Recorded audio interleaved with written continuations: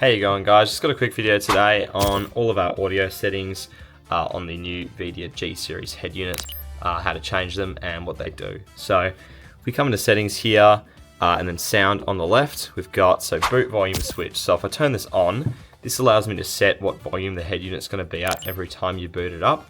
So if I put this to 0, because say you want the unit to start on 0 volume whenever you boot up the head unit, you can do that, and then obviously you have to turn it up when you get into the car.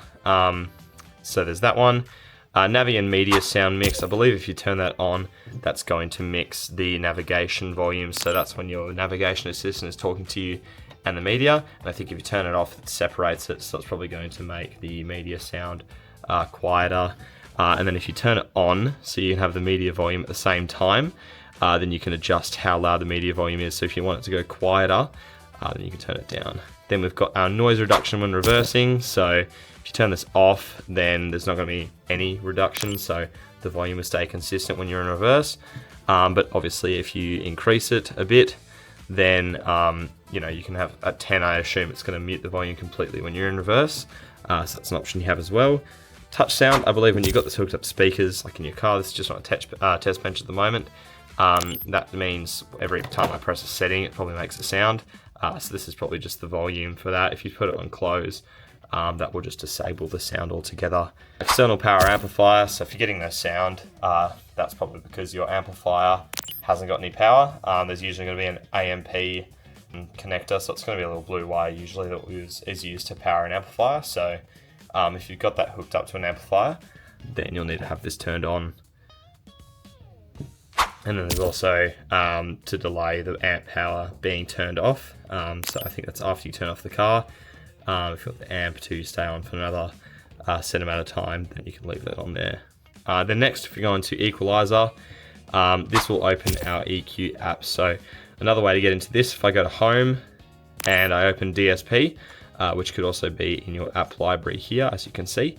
DSP, this is where you get all of your sound customization. So that's what it looks like on the first boot. But basically, there's some preset sound customization in here. So it's currently on user, which means it's just like all these EQ settings that you can change yourself.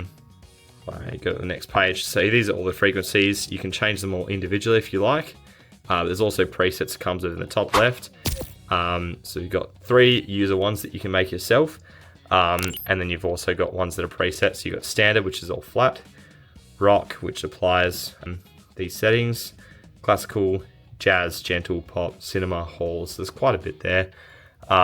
Full mode, I think that allows you... okay, so full mode, if you have it on full mode, then you've got all the settings are being applied to the same speakers.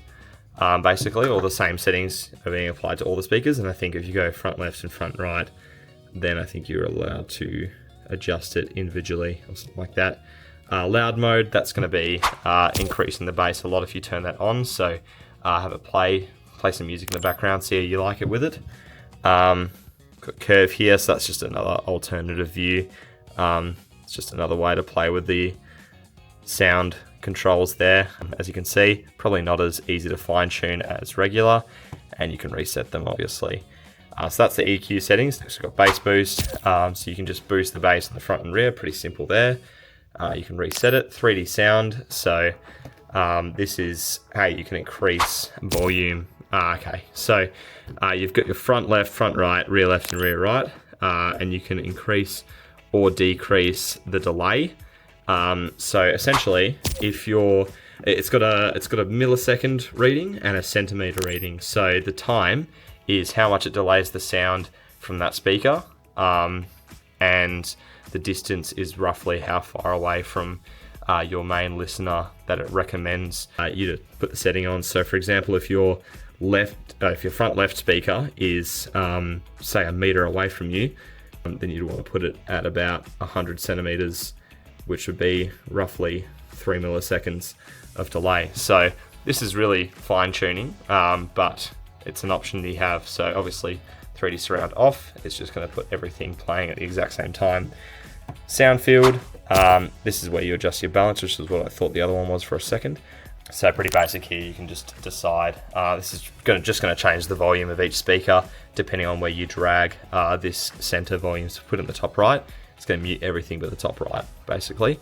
So wherever you want more sound, if someone wants to listen to it more than others, then this is a pretty helpful one. So you've got driving mode, assistant mode, rear mode, full mode. Full mode is just going to get you the best sound quality overall because it's got all the speakers playing the way they should be. And then filter.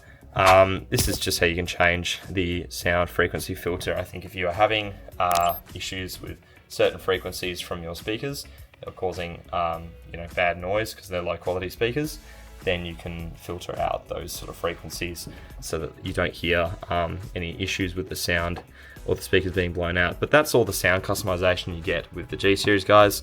You get that customization no matter what car you have.